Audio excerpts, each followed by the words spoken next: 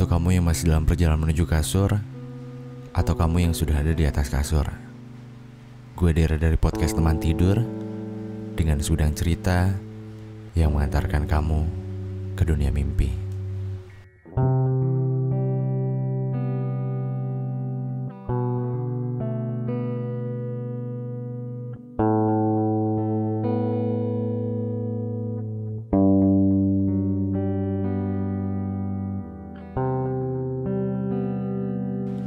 Lu kadang pernah mikir gak sih? Kadang kebohongan itu berasal dari sesuatu yang sedang ditutupi. Gue yakin kebanyakan orang pasti gak pengen dalam hubungannya ada kebohongan. Pun kalau ada yang tidak bermasalah dengan ya gak apa-apa gue dibohongin, tapi pasti syaratnya adalah jangan sampai ketahuan. Ya, cerita pada malam hari ini itu berkaitan dengan sesuatu yang sedang ditutupi. Jadi ada keterbukaan yang ditutupi, jadi gak terbuka ya, ditutup-tutupi gitu. Ini ceritanya dari Nita dan asalnya dari Jakarta. Dan menurut gue ini ceritanya relate sih. Banyak orang yang merasakan, pun gue pernah merasakan hal yang sama juga gitu.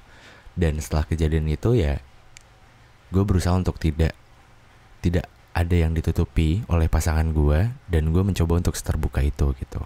Karena gue nggak mau dibohongin sama orang lain, makanya gue nggak pengen coba buat bohong sama orang lain gitu. Nah, mungkin untuk lebih jelasnya gue sekarang bakal telepon Nitanya.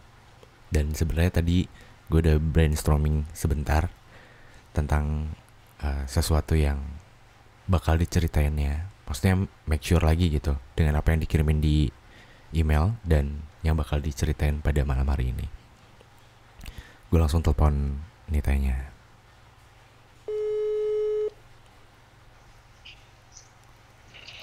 Halo Nita. Ya, halo. Wih. Tadi gue udah sempat ngejelasin tentang ceritanya sedikit sih. Kayak sebenarnya ada sesuatu yang sedang ditutupi oleh pasangan lo pada saat itu ya. Meskipun sekarang dari cerita lo katanya lo udah putus ya. Udah putus. Nah, mungkin lo bisa mulai menceritakan cerita lo ke teman-teman teman tidur sekalian. Jadi gue tuh udah pacaran sama cowok gue, mantan gue ini. Mantan lo. Udah sekitar 2,5 tahun lah. Oke, 2,5 tahun. Tapi 2,5 tahun itu kemasuk yang si 8 bulan gue udahan, cuman itu gue masih keep in touch terus sama dia. Oh, oke. Kepotong 8 bulan yang udahan tapi masih tetap dekat gitu ya. Tetap keep in touch, masih kayak orang pacaran lah, tapi cuman bedanya dia ya gitulah, gak ada status. Nah, selama 8 Nah, tapi jujur ya, yang perjuangan gue yang paling sedih tuh yang 8 bulan itu. Gue tuh kayak udah, ini alasan gue tuh sampai ngerasa teman-teman gue tuh udah gak mau dengerin cerita gue karena mereka tuh istilahnya kayak udah muak lah. Oke. Udah muak sama gue, jadi kayak gue udah nyerita nih, coba gue gini nih, terus temen gue udah laran gak usah sama dia, tapi gue balik lagi Ya gimana ya, gue selama 8 bulan itu. Ya gimana, namanya orang suka ya pasti dikejar kali ya. Iya, karena kayak buta banget deh mata gue. Nah, terus kayak pas selama 8 bulan itu tuh gue ngerasain yang namanya dia jalan sama cewek di depan mata gue sendiri. Serius? Gue ngeliat sendiri, sumpah. Sampai gue tuh fotoin ke dia dan gue kirimin ke dia langsung. Dan posisinya gue masih ngeliat dia. Anjir. Gue pernah kayak gitu. Bahkan dia kayak udah kondangan bareng sama ceweknya, tapi dia tuh gonta-ganti cewek, deket sama ceweknya. Tapi yang dia yang lebih intens sama ceweknya tuh ada satu. Yang itu yang gue fotoin itu. Oh, jadi tapi posisinya 8 bulan itu lo udah selesai hubungannya sama cowok? Iya, udahan. udahan. Cuman yang itu yang gue bilang, gue masih keep in touch, masih tetap keep in touch, cuman kayak dianya nggak mau kehilangan gue, tapi dianya tetap nyakitin gue. Terus yang paling sakit tuh itu kayak waktu itu dia sempat sakit sih. Terus kayak kena lambung gitu. Dia masuk IGD. Terus gue tuh yang tadinya gue lagi mager-mageran, yang namanya orang lagi galau, itu gue bener-bener udah jarang banget keluar kosan tuh dulu. Itu tuh gue sampai ngajain datang ke rumah sakit langsung buru-buru. Gue tungguin dia, gue pijetin, kayak gue bener-bener tungguin deh sampai dia selesai kasih obat. Gue nanya dong, kata gue, lo udah makan belum? Terus kata dia, belum sih. Ya udah, ayo makan dulu yuk, kata gue gitu. Terus dia malah bilang, enggak, gue ada janji, kata dia gitu. Lah kenapa? Ayo nggak apa-apa sih, makan dulu aja bentar daripada lo belum makan, kata gue gituin. Terus dia milih tetap gak mau. Gue enggak, gue ada janji gitu. Dia sampai bener-bener maksain gue buat pulang, bener-bener langsung diantar depan kosan. Bahkan sampai gue depan kosan, gue bilang, gue nggak mau turun, gue mau makan sama lo. Gue sampai gitu, sampai bener-bener maksa gitu. Terus dia tetap gak mau. Dan ternyata dia tuh bela-belain balikin gue ke kosan demi dia ketemu sama si cewek itu. Kayak, dan dulu tuh dia istilahnya lebih sering ngebelain cewek itu deh daripada gue. Terus akhirnya dia udah rada jauh tuh sama cewek itu karena ada something lah. Terus akhirnya dia udah gak deket sama cewek itu, tapi dia deket sama cewek yang lain. Kan masih banyak itu backingan. Iya, backupannya masih banyak ya selama 8 bulan itu berarti. Iya. Nah, tapi dia masih dekat sama cewek yang lain. Tapi dia lebih dekat ke gue sih, jadi lebih intens ke gue. Tapi cuman dia masih ada yang diumpetin karena dia dekat sama cewek lain.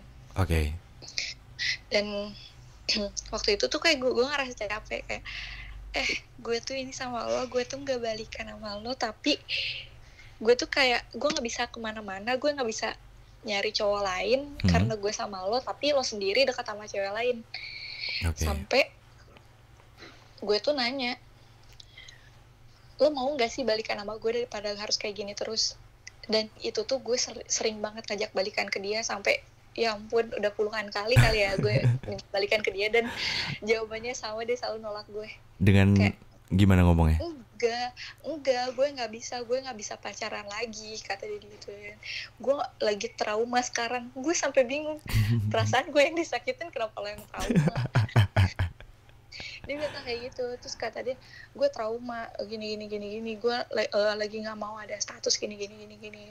Nah, sampai si bulan yang ke-8 itu gue bener-bener udah ngerasa capek banget. Kenapa kayak, ya ampun, gue nyakitin diri gue sendiri dong. Kayak gue udah tahu ini tuh sakit hati buat gue, tapi gue masih tetap aja gitu jalanin, ya. Sampai akhirnya gue ngomong kayak gini, gue nge-ms dia, gue ngomong, ya udah deh, gue terakhir kali ngomong, gue nggak akan nanya lagi. Lo mau ngomong gitu? Balikan nggak sama gue? Iya, gue ngomong kayak gitu. Lo mau balikan nggak sama gue? Kalau lo nggak mau balikan sama gue, udah lo pergi aja dari sekarang. Kalau misalnya gue juga nggak akan maksa lo lagi. Kalau misalnya selagi lo gak bisa, ya udah lo pergi aja. Udah selesai. Nah, di situ dia cuman read doang chat gue. Anjir, parah.